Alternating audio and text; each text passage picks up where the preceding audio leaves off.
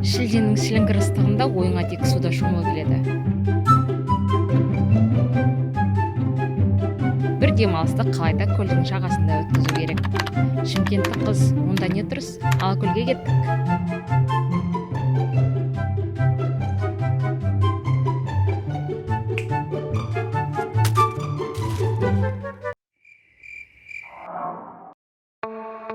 Алакөлге жеткенше мына селкілдеген жолды көріп, Шымкент пен Алматы арасындағы тегіс жолдың қадірі өтті. Дегенмен 2 жылдан кейін жол азабын көрмей, тақтайдай тегіс трассамен шипалы жерге жетеміз ау деген халықтың үміті бар.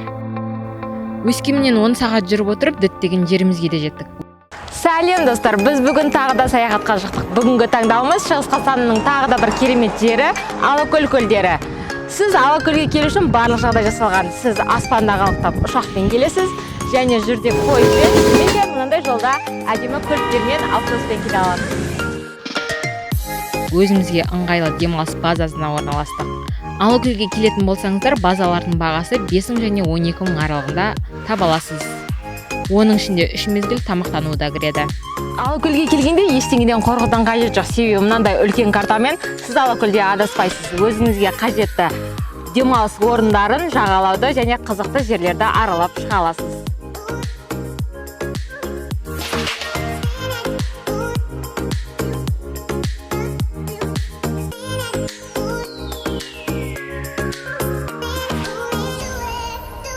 Демалыс базамызға орналасқан кейінгі картадан көзімізге ілінгені әрине әдемі көл болды. Содан кейінгі халық жүріп өтетін демалушыларға арналған әдемі Арбат. Арбатта Шымкенттегідей 40 градус ыстық болмаса да 25-30 градусқа арналған шатырлар қойылған. Көлге баратын жолға дейін әдемі Арбат, жол бойы демалыс базалары, шатырлы демалыс орындықтары, су бұрқақтар, әткеншек айналмалар, жаныңызға керек кафе мен дүкендер орналасқан.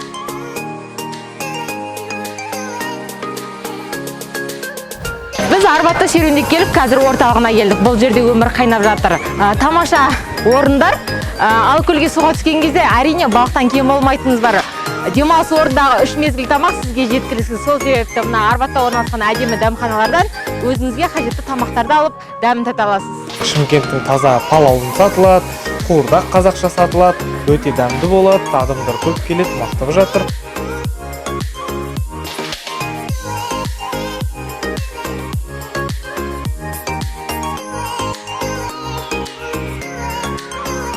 Біз Арбатта серуендеп күн ыстық болғандықтан шөлек кеттік, және қазір мороженыдан дәм татайын деп тұрмыз. Міне шөлімізді басып алған вафлиді мороженымызды алдық, және дәм көрейік.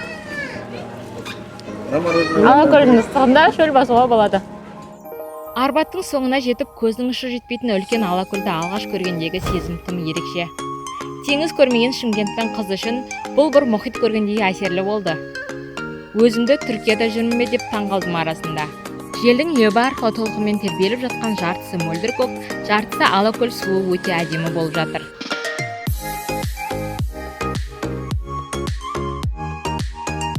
Жағалаудағы аяқ алып жүре алмайтын халықты көргенде Алакөлдің сұлулығы өзіне тартпай қоймапты ғой дерсің. Сұлулығымен қоса денсаулыққа пайдалы екенін білетін жұрт оның жағасынан кеткісі келмейтіндей. Балдарым құшақта тұратын. Мені күттіп, Алакөлдің қасиетін айтып, папа, мама, ошаққа жүріңіз деп.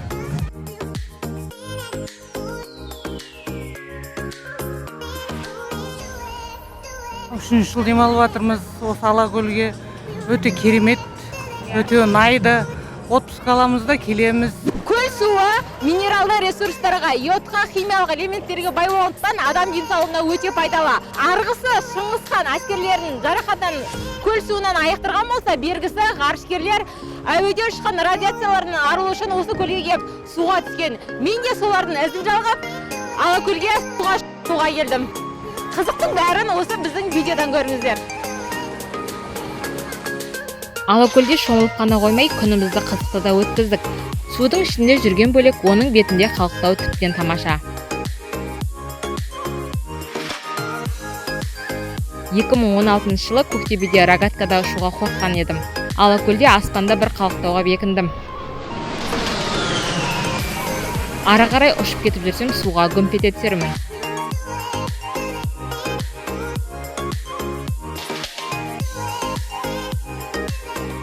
Алакөл жағалауына келген кезде міндетті түрде Алакөл жазуына суретке түсіңіз. Себебі бұл жерде көп демалушылар осы жерге суретке түспей қайтпайды. Мен де өз парақшама бір суретке түсіп қояйын.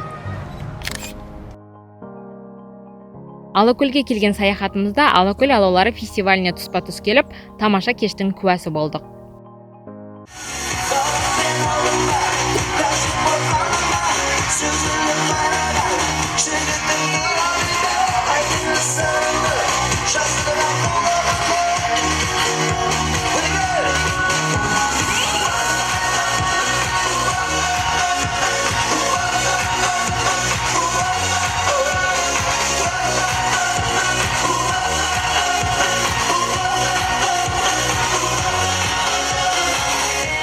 Халықтың қарасы кеш батқанда көбейіп, қызған тіршіліктің ортасына айналады.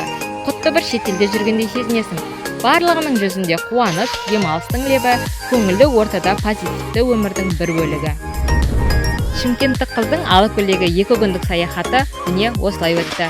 Қазақстандағы үздік 10 демалыс орны қатарындағы Алакөлді көру көптен бергі арманым болатын. Жұрт мақтайтын кәсіпке жақындығы, сервисті жақсартуы, шымкенттіктер сияқты жылы қабылдап іші бауырыңа кіріп кетуі секілді дүниелер енді дамып келе жатыр. Оңтүстіктен шығысқа қоныс аудару арқылы кәсіп ашып, дөңгелетіп әкетуге мүмкіндіктер бар.